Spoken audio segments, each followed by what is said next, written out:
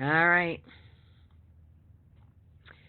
Let's start this again and see if you guys find me here. Do you hear me? This microphone. I have a zero. It's called the uh, blue Yeti. Don't buy it. Piece of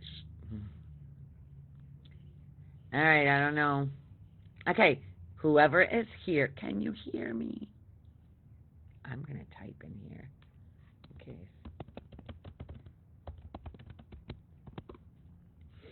Can you hear me? Somebody let me know if you can hear me.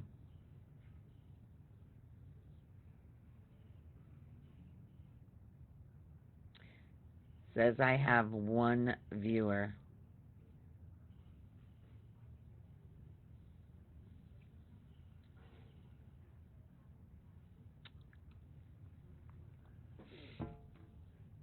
I'm going to see if it's live on.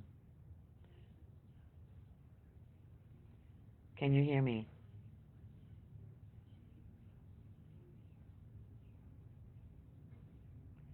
No, can't hear me. What Can you hear me? Oh, okay. Now, you can hear me now. Okay. All right. That microphone. Yeah. Okay, so I'll start over.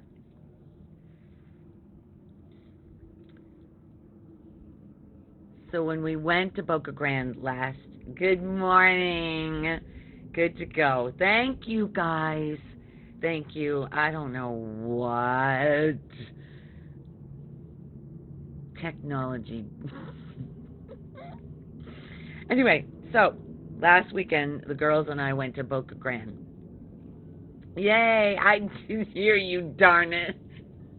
Nemo. I like calling you Nemo. You used to be under James way back in the beginning, but I always called you Jimmy. And then you changed it to Jimmy. Now it's Nemo. I think I'm going with Nemo. I like calling you Nemo. Anyway, so we went to Boca Grande last week with the girls. They're leaving Thursday. Everybody's leaving. So it's just going to be a quiet summer. Well, Peter and I will still be going to the beach, but nobody else will be around, basically. So, uh, Jeannie, we had to be there at a certain time. Oh, that was a big one for me.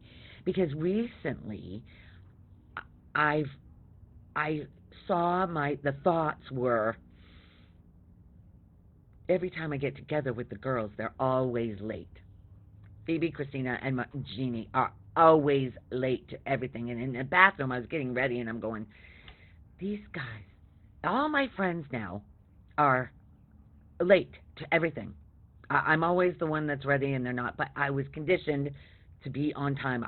Because my parents always said that I was late. And my sisters always demand, go, go, go. I had a little conversation in front of my sister with my brother-in-law. I was saying, go, go, go, go. No, no, no. He goes, welcome to my world. I said, I know. I've been there.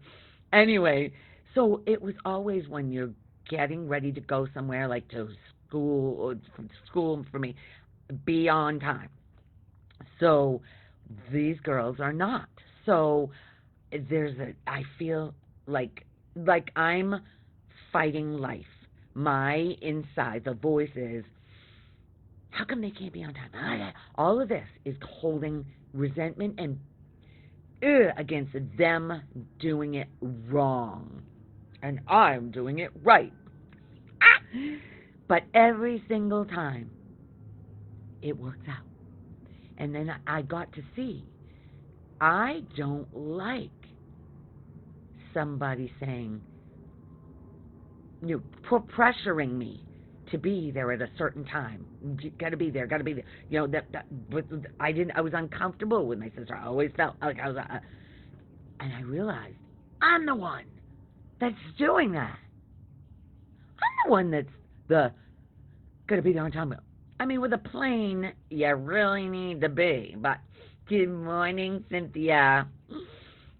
Okay, so there's been a lot of realizations lately that's like, boom, right in my face. All the crap, all the voice that's constantly saying somebody else should be doing something different. Nope, it's not. That's what closes your heart down. They are being exactly how you need them to be. So Peter, yesterday, because this life thing, God, whatever you want to call it, that beats our heart and raises the sun seemingly every morning. When whatever's doing that, growing the trees and growing you, that doesn't make a mistake. And I've always said it's like a Fort Myers Beach grain of sand. No grain of sand. Fort Myers Beach sand is so fine. Nothing is out of place. And you think it is. Your mind, the one that you're connected to, that thought process that you think you are, is constantly finding fault with what is. And then if it happens to be because of someone, there's blame. And the minute you blame somebody for how you're feeling inside, there is zero growth. You will not get this. That's why I'm refusing to let my mind blame somebody for how I'm feeling. It's always you. It's always your own thoughts, thinking life should be different than it is right now. So I'm seeing that my belief is that there's a time, and there isn't even that time. I don't want to go there. I've gone there before, but right now, time, when there's a clock time, that's how society goes, that's how we function as a society, is got to be the doctor, blah, blah, got to be the airport, blah, blah. If you're meant to be at the doctor at whatever time, you're going to be. If you're late and it gets canceled, somebody else, that was meant to be. No fault on you. So, okay, same with the plane. If you've missed the flight, it was meant to be. So, Friday, my good friend Judy Coons was coming here. I haven't seen her in 6 years since our trip across the country. And I met her at Byron Katie School. I don't even know how long ago. We've lost track. That's how long it's been. But we did the work, Byron Katie's the work, teaching us this every single Monday for 5 solid years. We did not. If we missed a Monday, we would change the date. That's how committed we both were. So, when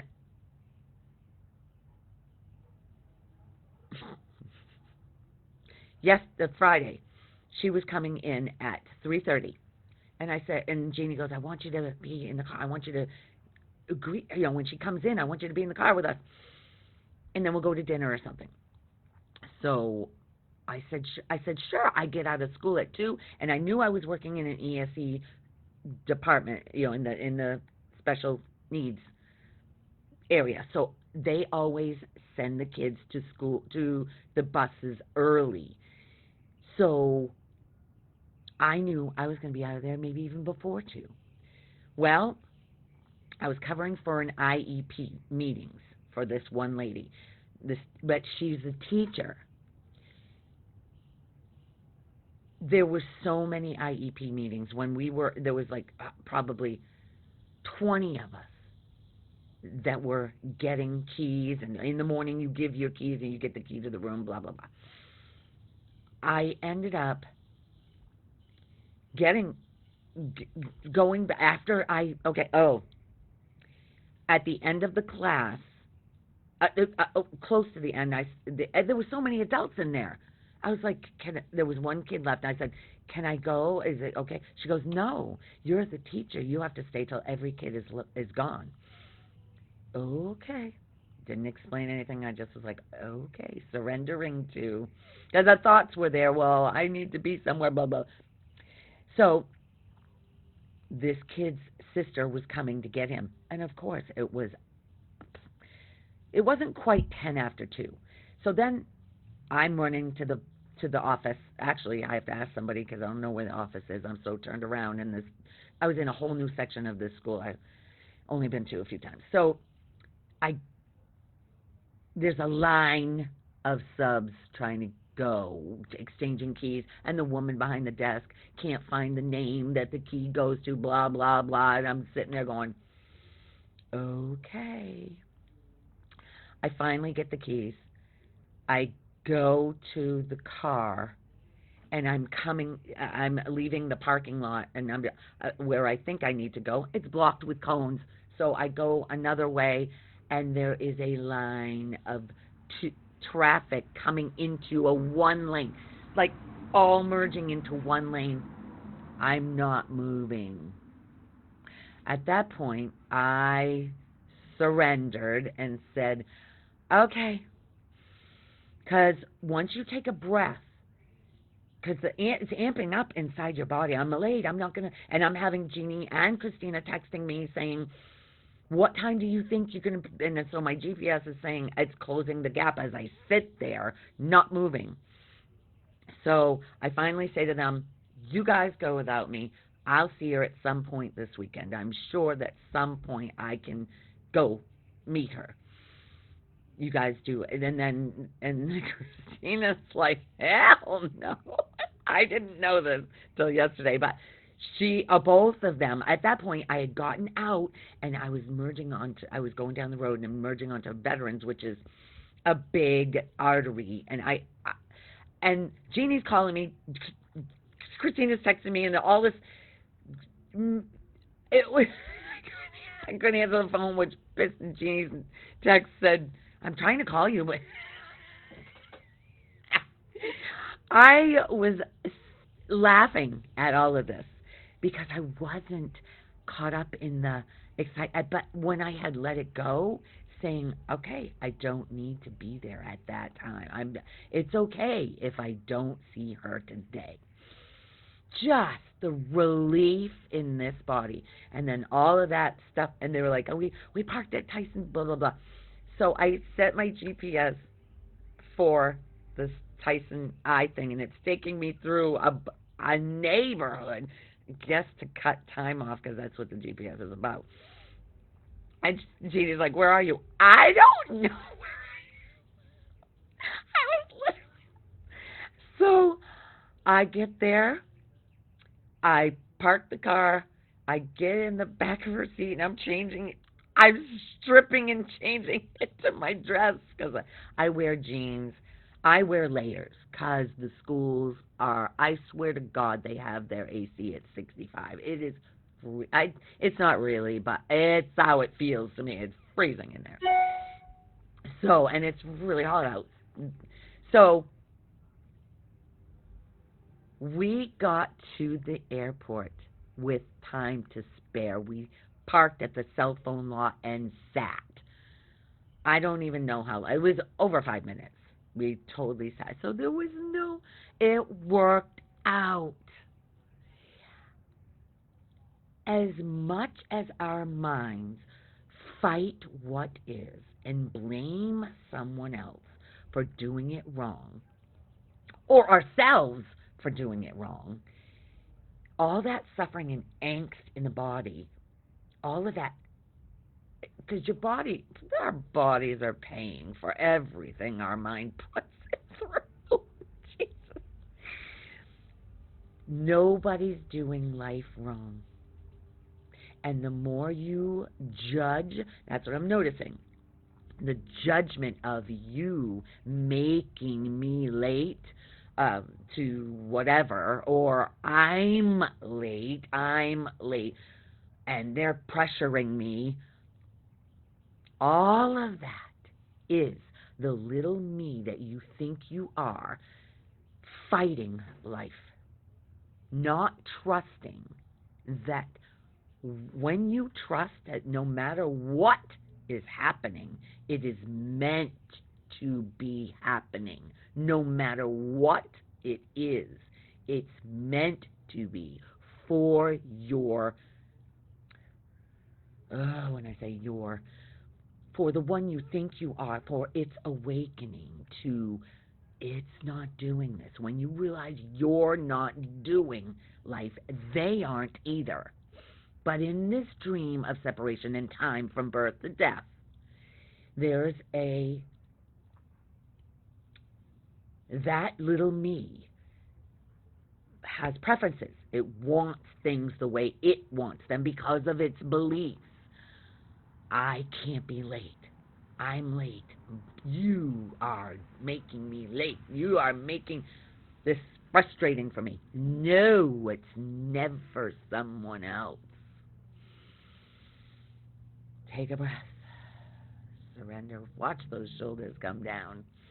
The minute a breath is taken, that gives space to the thoughts, because they are coming, they are firing when you're believing and you're blaming someone else for how you're feeling.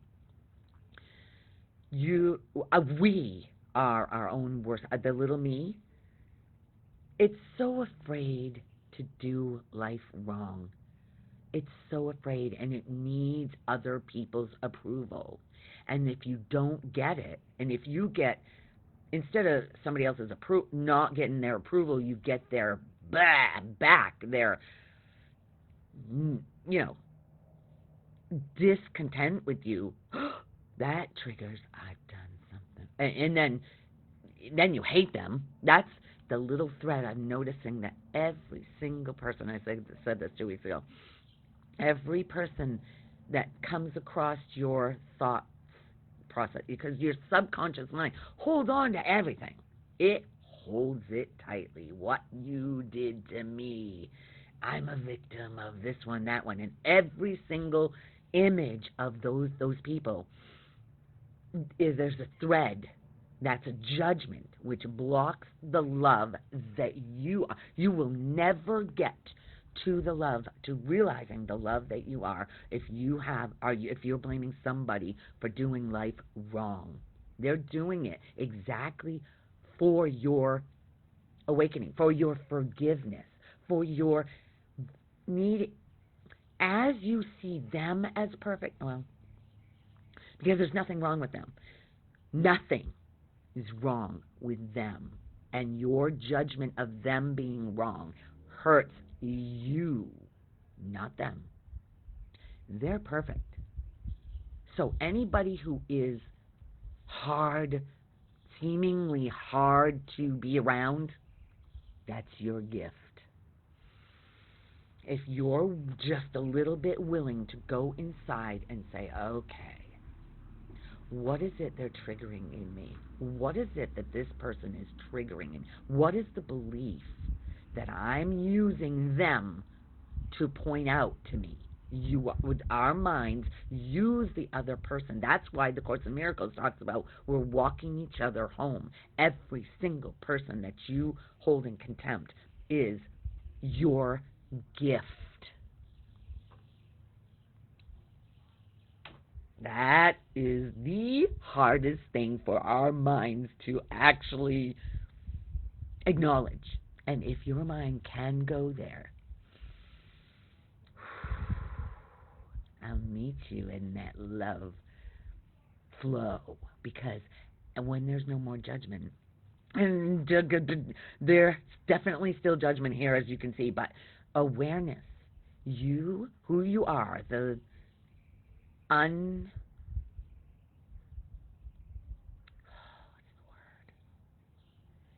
undefinable you, whatever is blowing this shade here, that shade in and out, that's you.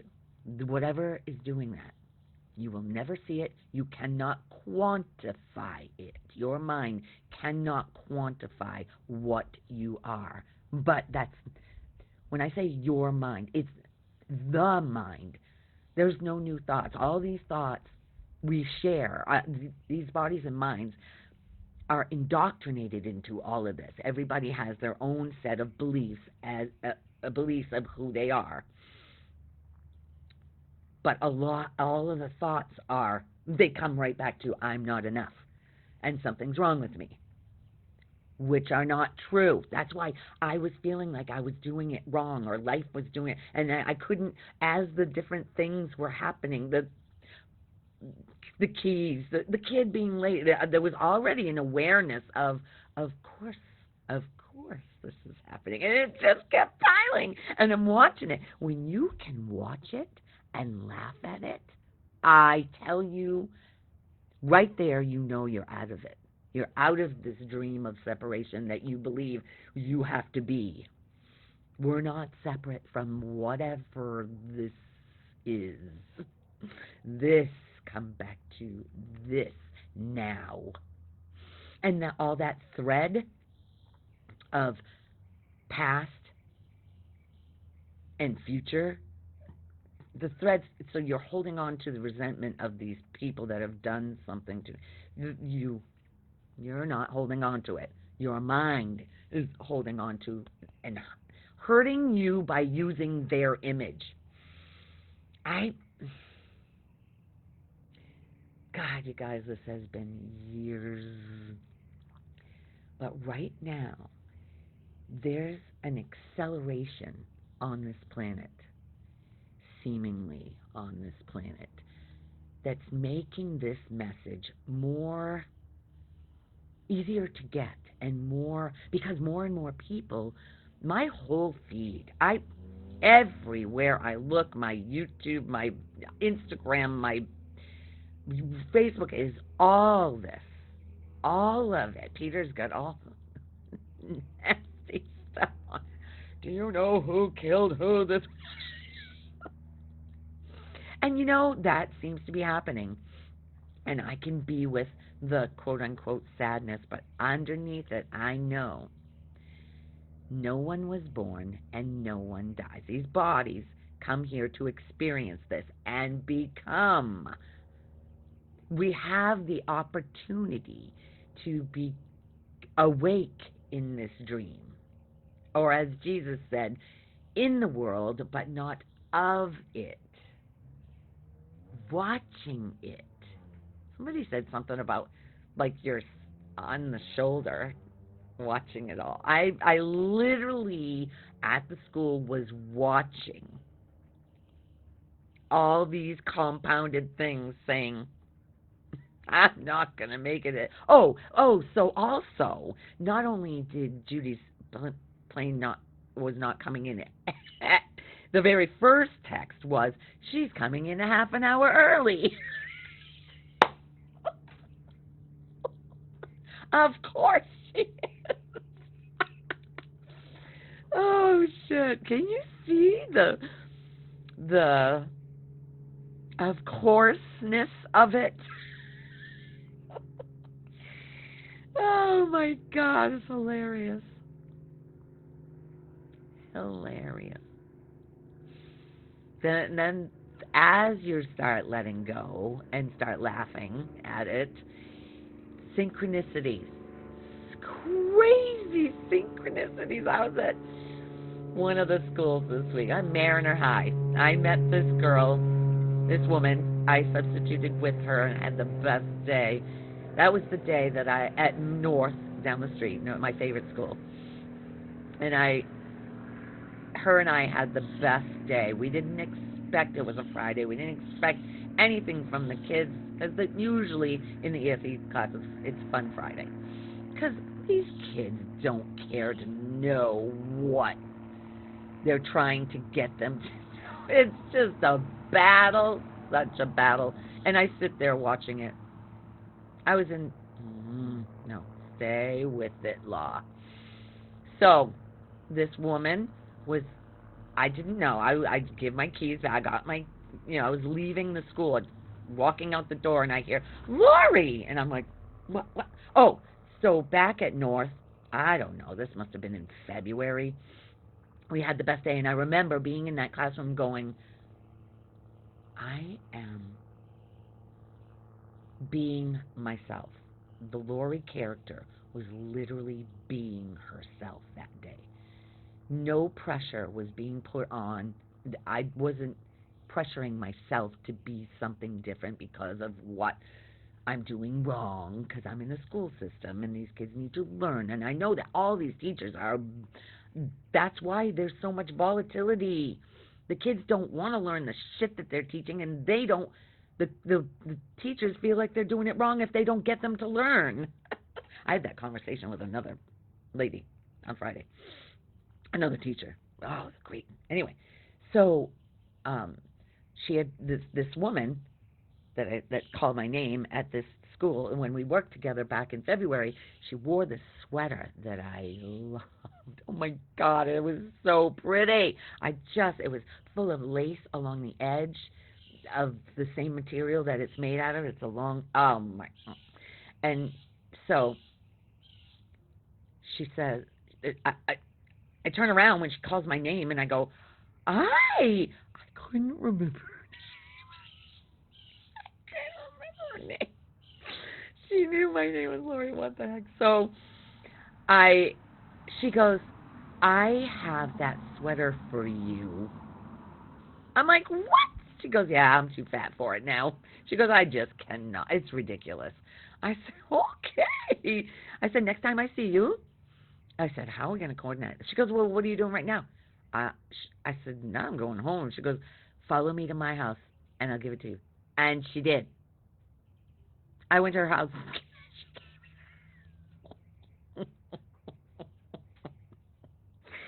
I don't know. It's just so much fun every day at these schools. I thought I was going to, Lori thought she was going to make it big by talking. People were going, oh, I don't even, that's let go.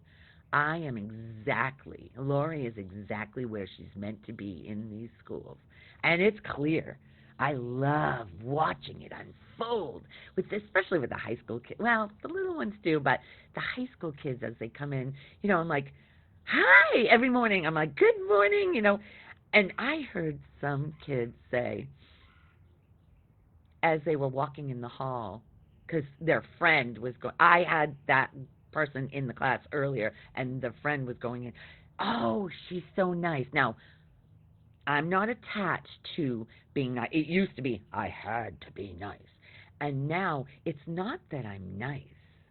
It's that I'm myself, which, as you're yourself, you give permission for the others to be themselves, which is genuinely curious and alive and excited about life. It's not that drudgery. I'm trudging through the same old. If anything, these schools have taught me was there is no drudgery in life. That's what this talks about. Every single day is different. I don't care if you're going to the same job. It is different every day. But the mental commentary is always, because when I was at a school for a week, and when I was counting down, because I was resisting, I was fighting it. I did not enjoy that week because I was fighting it instead of going, but I'm seeing how accelerating all of this is when I am fighting it. I am miserable, and I'm blaming the kids for not paying attention or not whatever. They're just being kids.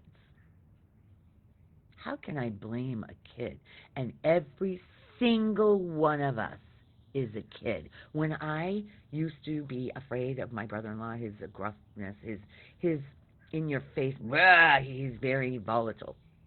I was scared of him. Did not want to poke the bear. So I would cower. And there was a judgment. He's wrong. He's terrible. Terrible. Anyway, he was my gift. When I came down here, because I couldn't be with my arrogance, because I labeled him as arrogant. What are you labeling people as in your life? It's only what you can't be with. Whatever you're your mind is judging them about, it's you can't be with them. With that in you, you're projecting them to be that way to show you that it's not wrong. What they're being is perfection for you. And seeing this is freedom. It is absolute freedom because you're only keeping yourself from living your best life. No one else is. Breathe that one in. So I saw Kevin when we closed on this condo. I was at their house by myself. Peter stayed home. He signed the papers from work. And I did down here, and I stayed with them. And I saw him on the couch. He was taking a nap during the day. I happened to come out and saw him as a little boy. I saw him as a 5-year-old boy. That's what we all are. Our little egos are 5 years old, trying to be seen, trying to be heard, trying to be whatever instead of being ourselves. And when I say ourselves, that's part of the timeline, part of the person that you believe yourself to be. The next step back is just being. Just being. No separation from another person, another thing, just being.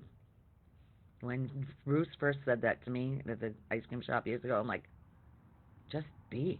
What the hell does that mean?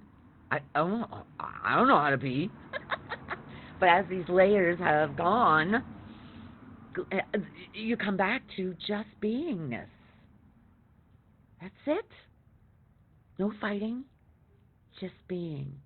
More and more and more. And I'm telling you, that's when the love, the appreciation for every little thing, for those red-winged blackbirds, even though I can't see them, but I hear them, for the air that we breathe, for our fingers, for our eyes, for our voice, for this body and what it goes through because of this, these beliefs that we think we have to live up to. Oh. Anyway, that, when I saw him as a little boy, boom, it shifted. And I see him and it's just a beautiful, I appreciate him. Peter. No. I just don't go along with any other judgment anymore. Somebody else's judgment of somebody else. I'm beginning to realize, actually, depending on if it's still judgment here, I'm noticing that I'm still in the collaboration. But I don't know. Christina and I both got to yesterday seeing them at 5 years old, remembering that they are 5. What the heck was that? Oh. Everybody is 5, and they just want to be loved. That's it. Can you love them? If you're judging them, you cannot. But, and as you're judging them, 3 fingers are pointing back at you.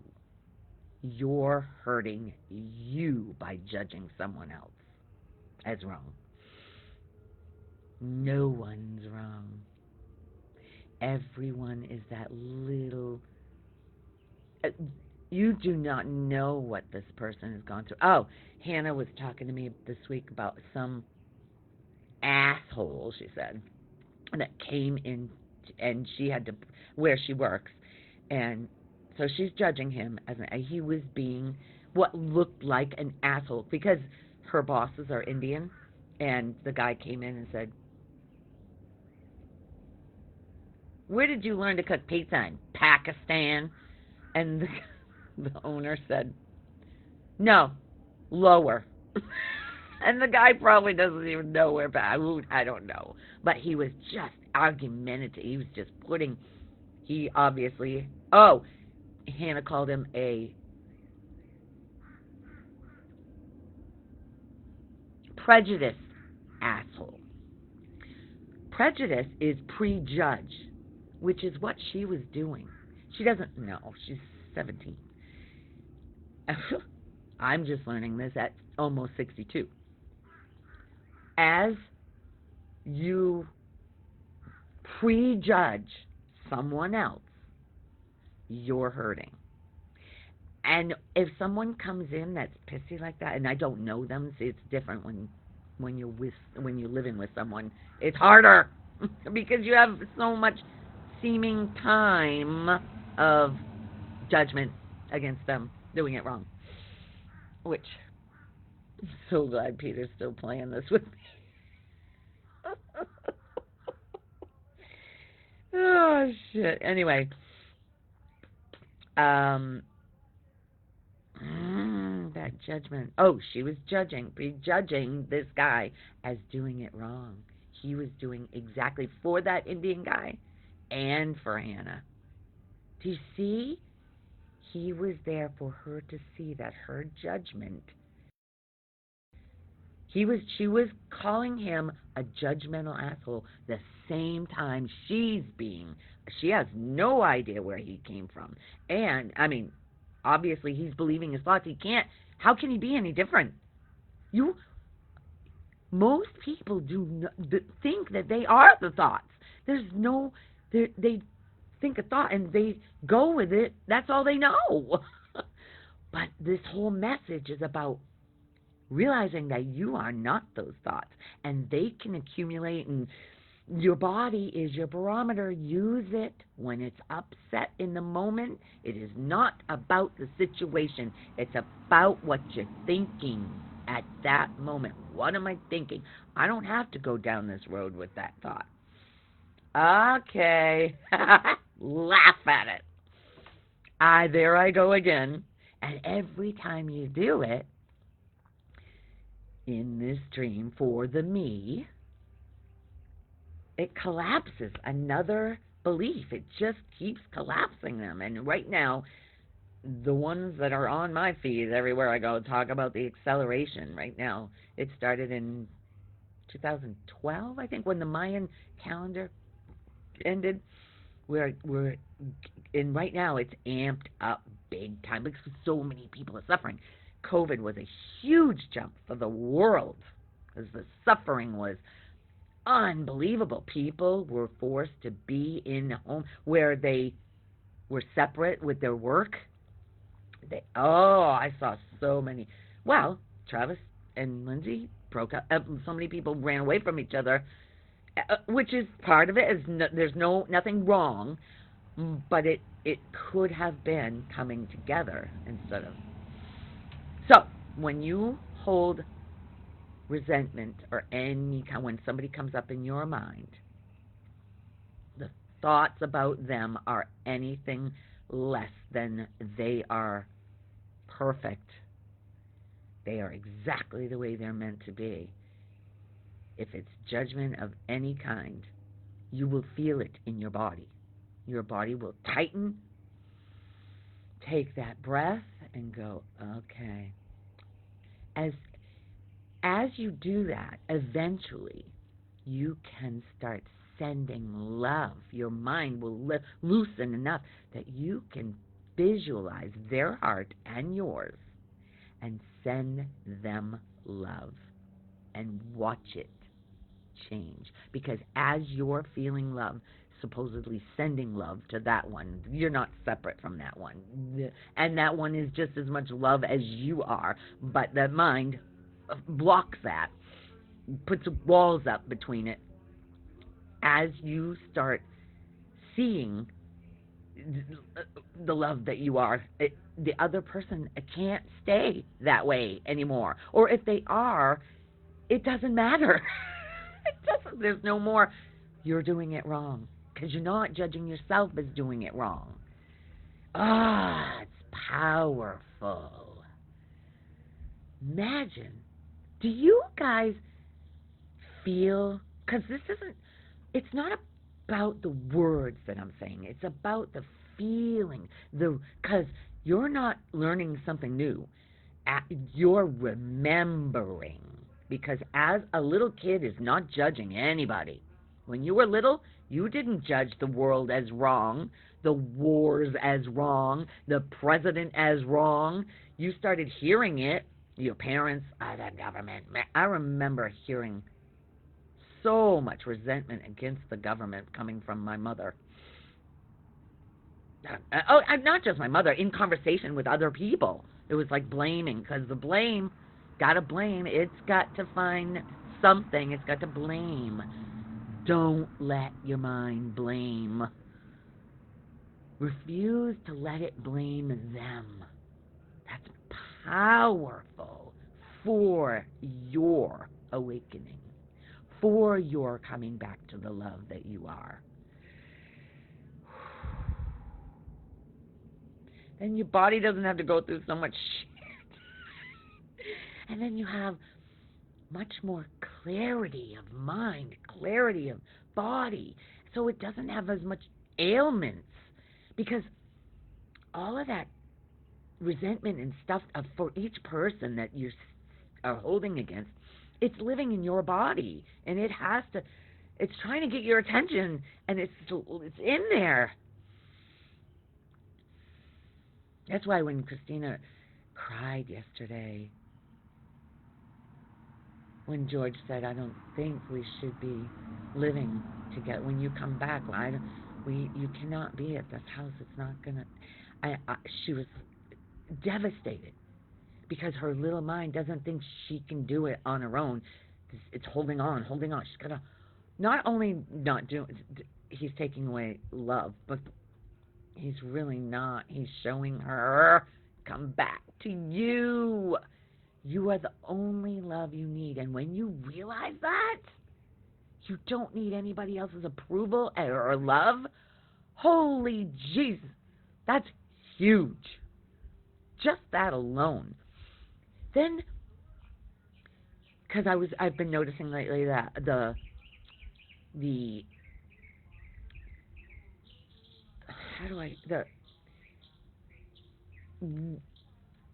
fear of looking stupid, fear of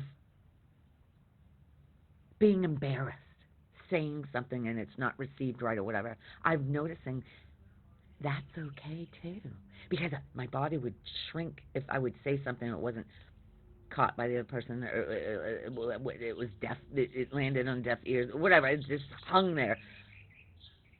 There was a thought that I said something wrong, and there was the contraction. It's been happening a lot lately, and I'm just sinking into that one too. It's so fun. When you are curious about your life, curious, why am I feeling this way? What? It becomes fun to excavate with every interaction. The closest ones to you are the hardest. Peter was the commentary when I was on the phone yesterday with Christina. And that's me. Me from over there.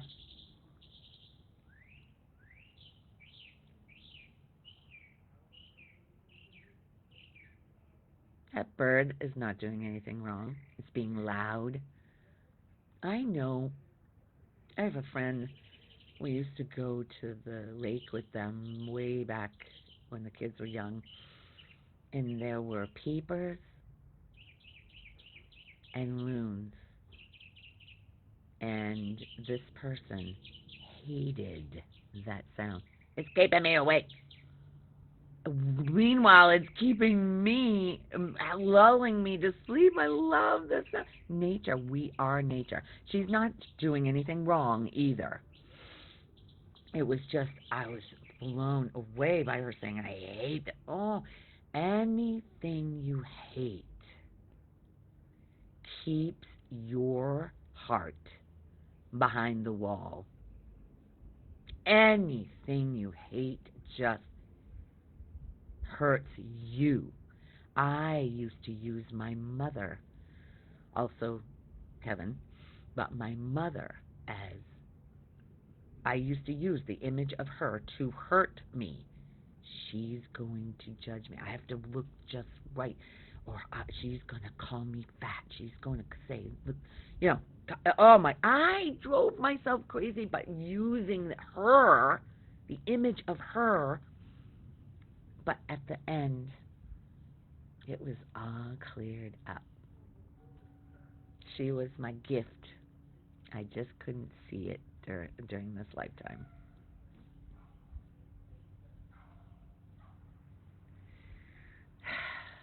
I hope for every one of you that you get to see it during this lifetime, because you will when you cross over, when the body is still there, like Mom sitting there next to her, and as she's going through the dying process, as her Gloria was seemingly going through the dying process, who she was, she said to me, I lived Gloria's life, not mine. That means she was reacting to all the beliefs of Gloria, the little me. That was so powerful for me. So powerful. And since she's been gone, I don't, well, my mind can't use her anymore, because when I think of her today, I think of the spirit that she is, full love. She's not judging me at all. And the whole time I was judging me, using her form.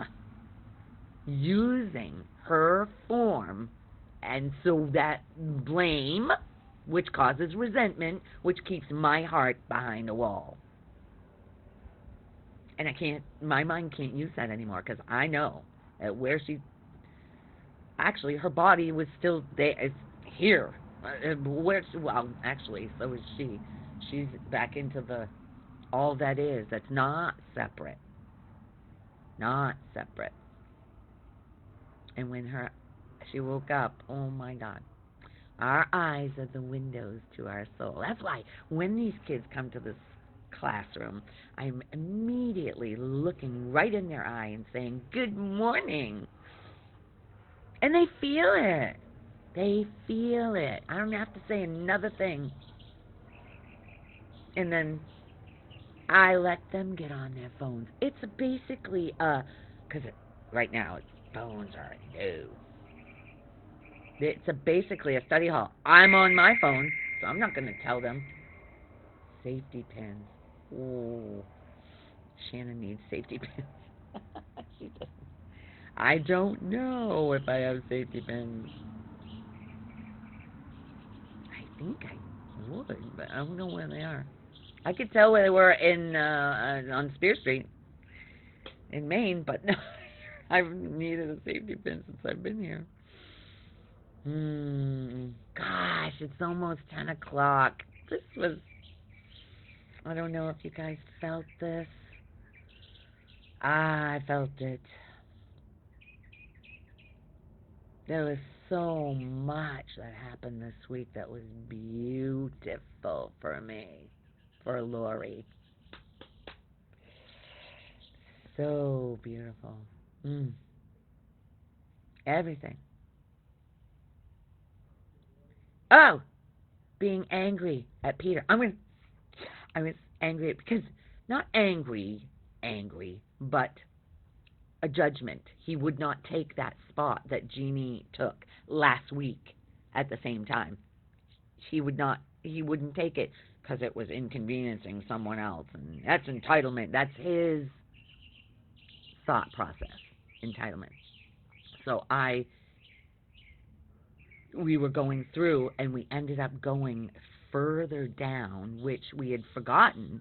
We had done it he had forgotten, but the week before, Jeannie, all of us went to the end at the end of the day, when we went to the end, because I remembered there was something down there.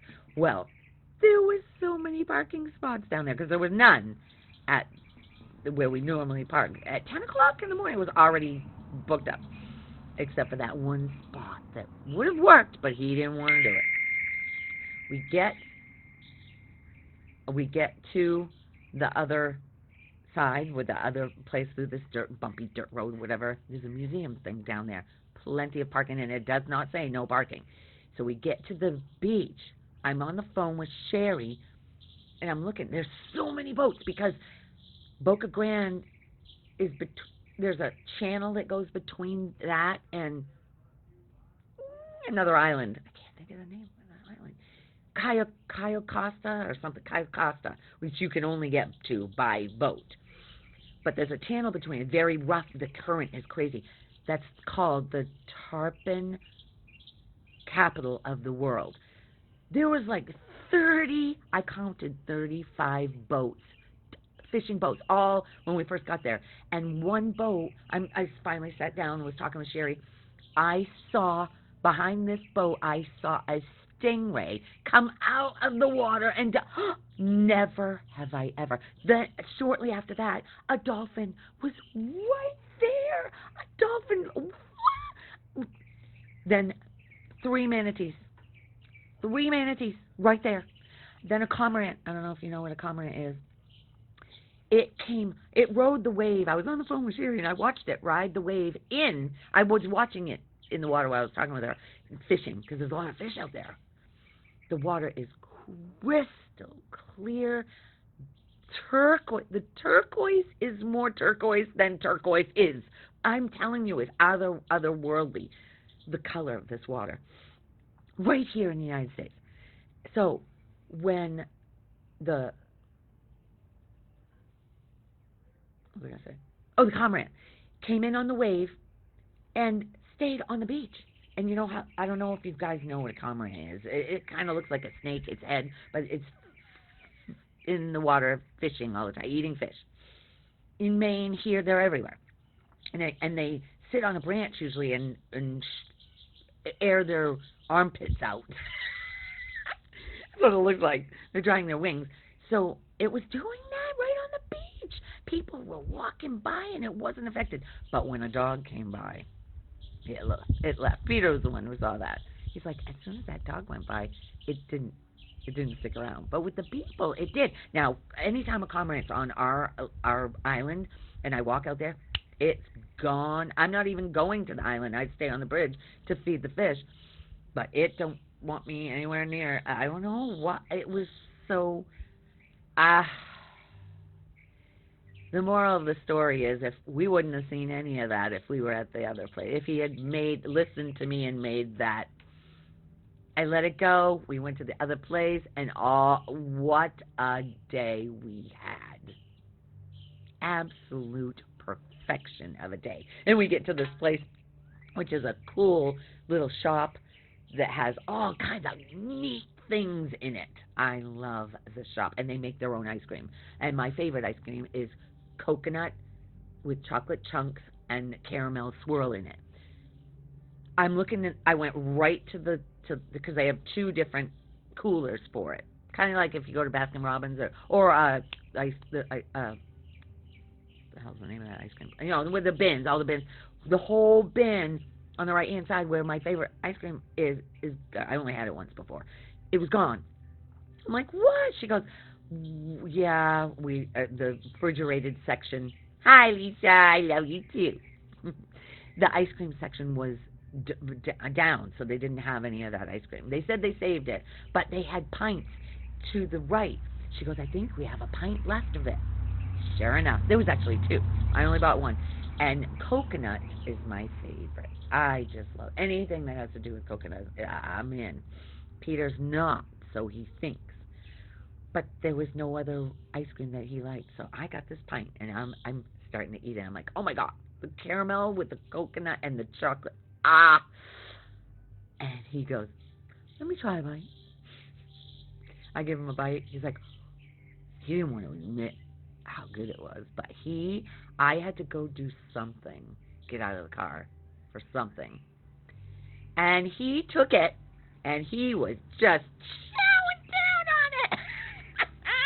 He loved it, and it's very coconutty. I love it when he expands. Not very often, but it is so good. Alicia, if you come here, we are going.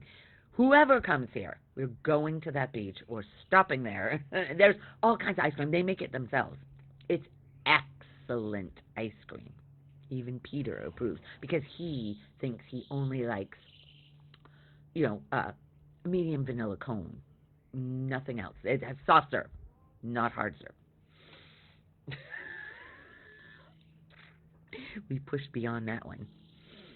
All right, guys, it's 10:02. Okay. Thanks for being here. Thank you. I appreciate every single one of you who entertains this message. Because